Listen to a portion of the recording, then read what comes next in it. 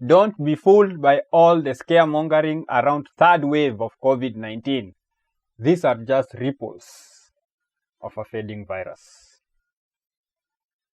Sawa, tuone nani ameiandika. So ilikuwa published 30th of November 2020. Project Fear is alive and well, even as the virus death rate is well below that of spring. Its pattern is like a skimming stone on water. The first bounce is high, the subsequent bounces lower until the stone eventually sinks. When did we start calling the First World War the First World War? It certainly cannot have been before we had the second one. Well, that's the First World War finished. Now, we can look forward to the second one. In fact, between the world wars, the first conflict was called the Great War. Sawa? So, anauliza, First World War, tuliita First World War when? Of course, hatukuita First World War time tulikuwa watu walikuwa wanapigana, ama time tulikuwa tunapigana. Let's just tuweke juu sisi humans tulikuwa tunapigana, time sisi tulikuwa tunapigana. Sawa? Wakati Second World War ilikuja, ndio watu walisema, hii ni war, ile basi ilikuwa First World War. Hakuna mse mwenye aliita First World War before Second World War ianze ama watu wapigane.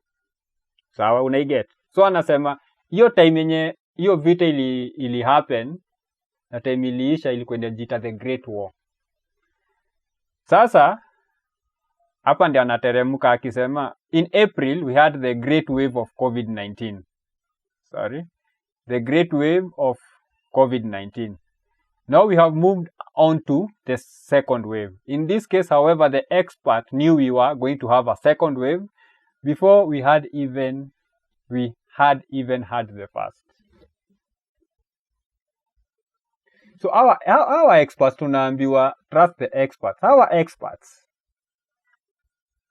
So, before hata tukwe na first wave ya COVID-19, walikuwa shasema kutakuwa na second wave.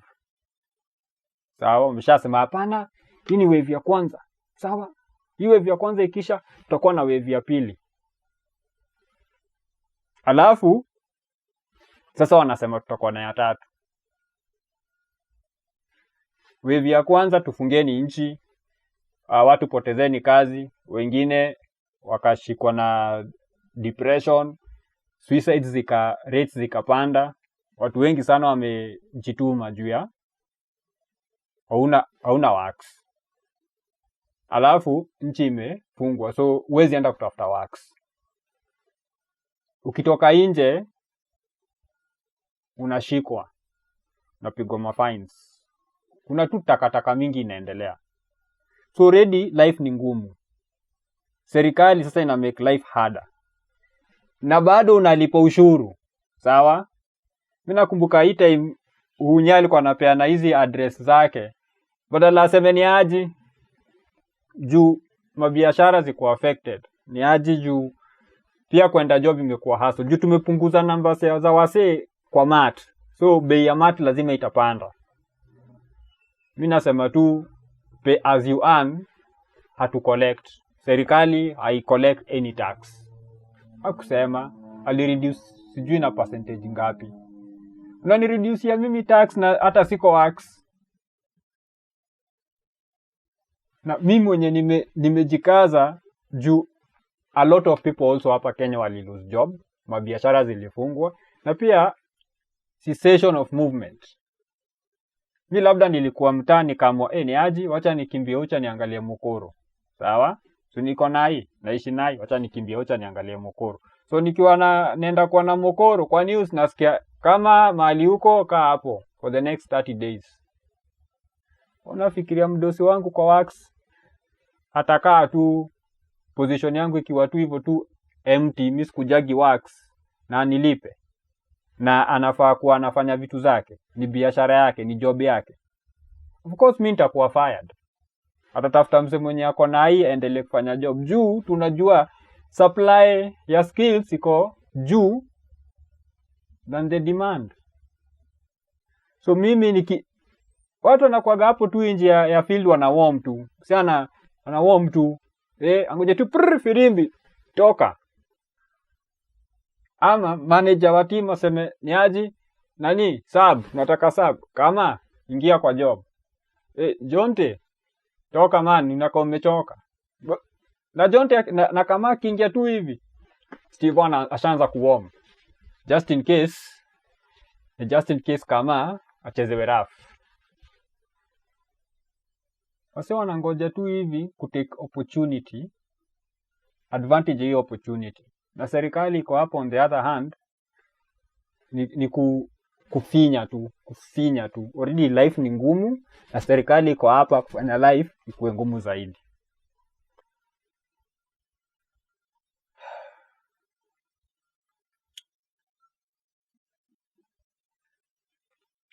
So anaangusha hapa some ukweli fulani yenye mimi naifeel.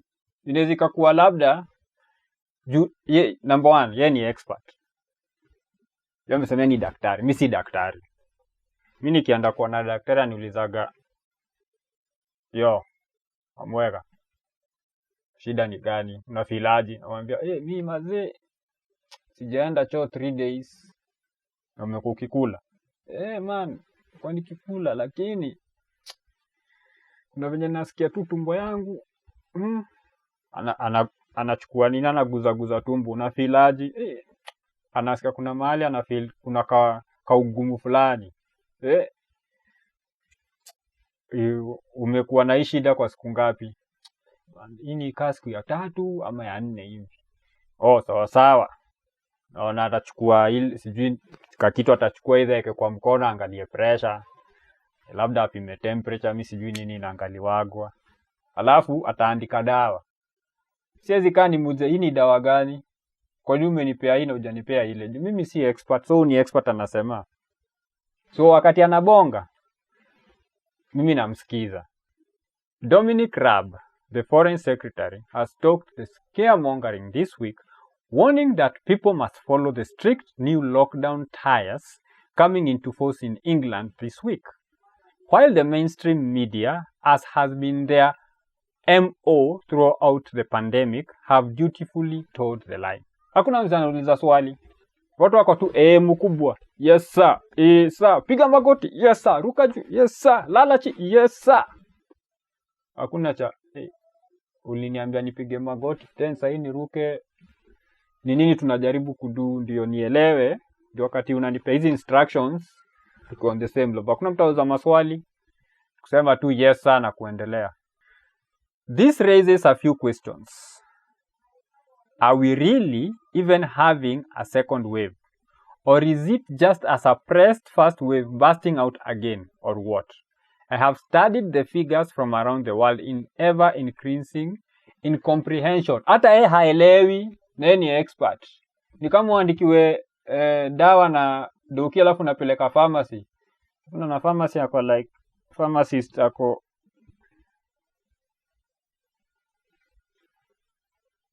kwambie hii ndishia daktari andike vizuri na umwambie tumie kichwa. So wacha tuguzie hii stuff kiasi alafu nitaweka nini hapo. Justaki tena, unaona tena anapiga kelele sana. Na hii video labda hata YouTube wataiflag, wataicensor. But ikipass through, man, awakening inafaa kuanza. So hizi mask mandates ni hizi mandates za COVID ni gani? Social distancing. Vaa mask. Sanitize. Alafu sasa wako mpaka na kama US kwa nyumba yenu msikue na more than 10 people kwa nyumba yako. Wali unalipia rent. Udambu mpaka namba sufai kuwa nayo. Man. Kuna watu wana nguvu.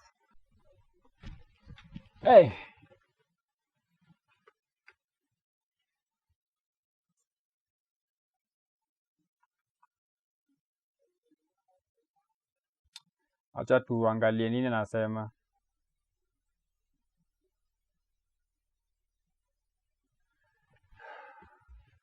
Acha tu niendelee tu kiasi ndio tuweze kugo pole in a logical manner, sawa? Chronological and logical manner. Leo na drop big words.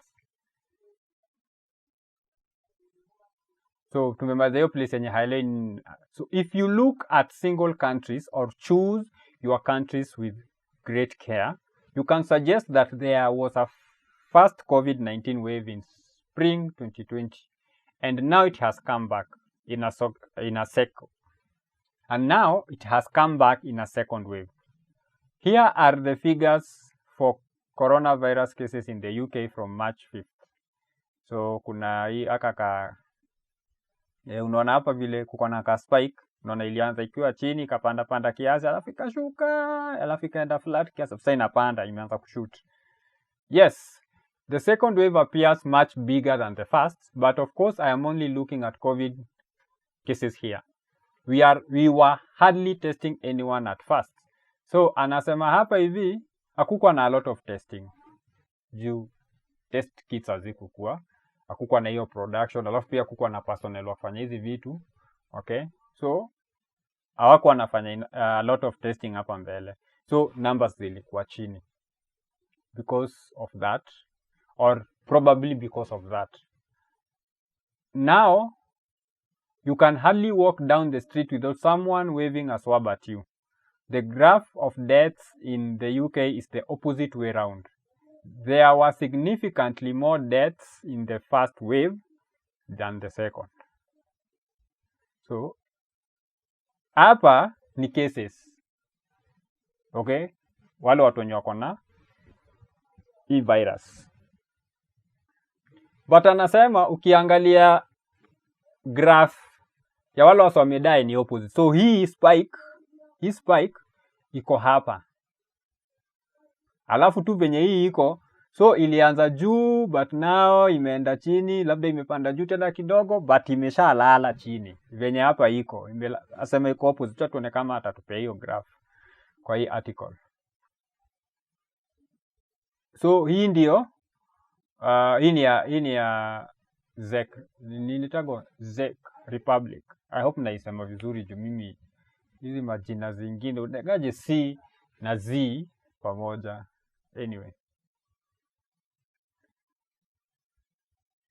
So India, another country. Inafanana na hii. Naona? This is a different country.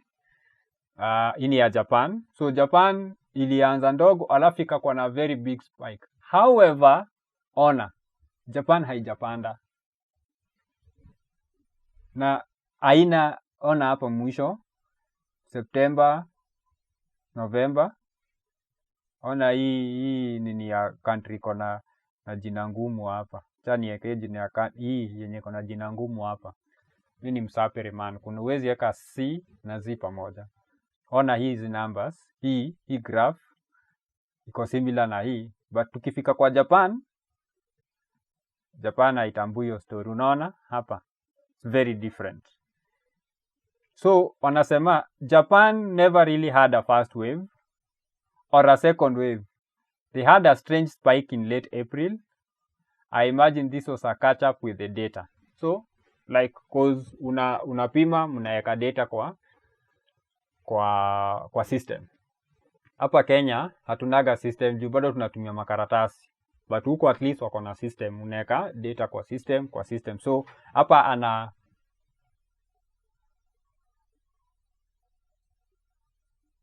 assume that ni unaona that sometimes ukiweka data before msee anini, so like kuna hiyo time data inakujaga tu once, so unaona hiyo spike imeruka. So ana assume that is what happened. Sawa? Acha tuone kama wako na nini ya wapi. Hii ya France. Unaona France pia ni similar. Wako na similar thing.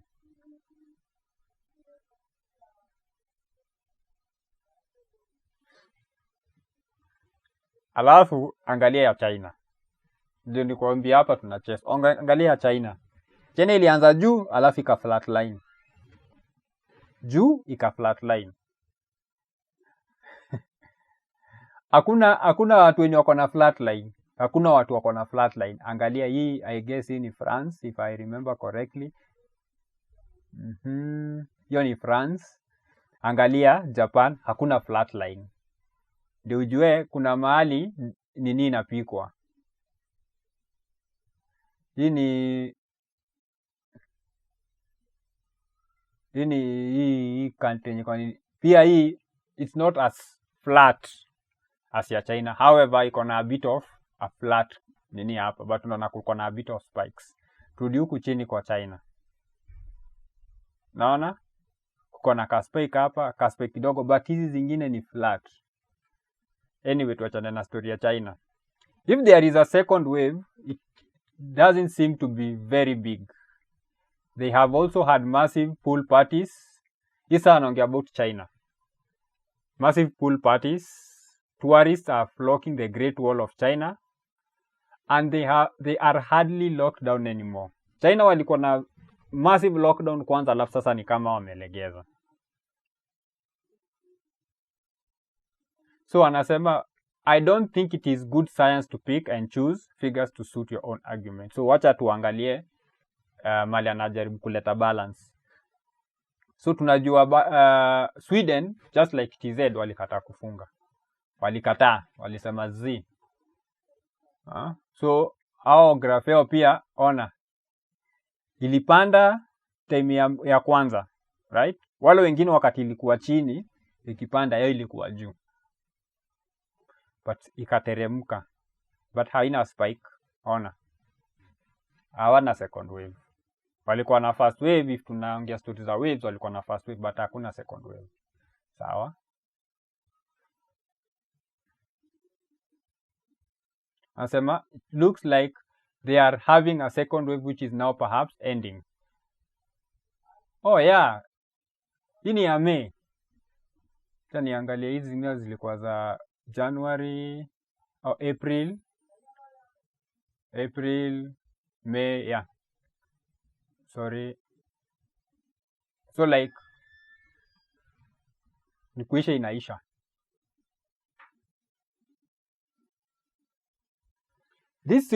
This sequence occurs because when a new virus first hits, there is no community resistance and no one has been infected before. So the most vulnerable with no resistance die in the first wave. The next time, many people will have been infected previously and will fight it with ease. Sawa? Kuna time walikuwa kutuambia kuna herd immunity. Then how do they explain that kuna deaths hakuna ama zimepungua? Wana explain aje? Juu every time kesi ni infection hazitawaisha, right? Hata saa hii bado I think kuna watu bado wana deal na zile zingine zilikuwa gani, swine flu. Unaweza pata msako yako infected na swine flu years after the pandemic iliisha, right? Hizi virus ukuja, zinapotea, zinarudi, zinapotea. However, the thing we need to be looking at ni vifo. Hii virus ilikuja ikaua those people who are the weak. So wale wazee, cause data ina show if you are 60 and above, because we know as you get older, body yako inakuwa weaker and weaker in terms ya immunity. Sawa? The younger you are, the more immune system yako iko strong. Hata tukiangalia tu vitu kama gauge, 20-year-olds wanaweza wakapati every night na bado wanaamka wanaenda wax. Chapa 30 years. Unaendaga party after party weekend, labda unaingia Friday, by Sunday utembei, Monday kazi ifanyiki. Chapa 40, chapa 50, kiweza kufika huko 60, hata saa zingine tu kuangalia pombe unalewa na unashindwa hata kujibu kuangalia tu pombe. So first wave ilikuja, wale watu walikuwa weak, wale wazae, wale watu wenye wangeweza body yao kudeal na hii virus, especially wale watu wenye wako na mobility issues, kama watu wale wako na obesity, ama inaitwa obesity. Mimi ni Mkenya naita obesity. Na watu wako na immune issues, wasi kama wako na diabetes, of course wale watu wenye wako na HIV because that's an autoimmune, that's a immune deficiency.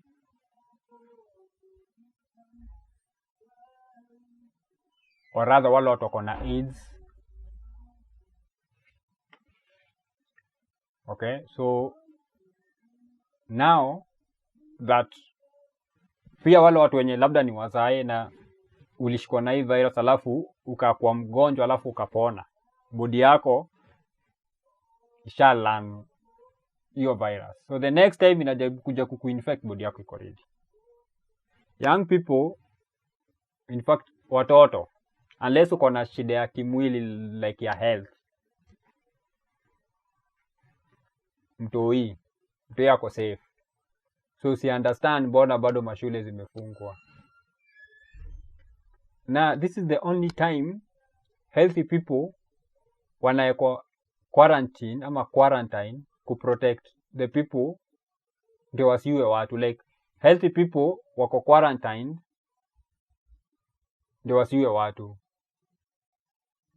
Kitambo ilikuwa mtu mgonjwa ndiye anaekwa quarantine asinfect watu, but now sisi watu healthy ndio uwezi toka nje past curfew hours, na tembo umevaa mask, hizo takataka zote. So nitalink hii story kwa description hapo chini. Asanteni sana, tuonane in my next video. Sawa sawa, thank you very much. Okay, unaweza subscribe tu saa hii juu I am very sure nitakuwa na some contents hapo mbele, na kama hii story imekukatisha ma feelings usisubscribe. To the next ones, tafanya uchizi.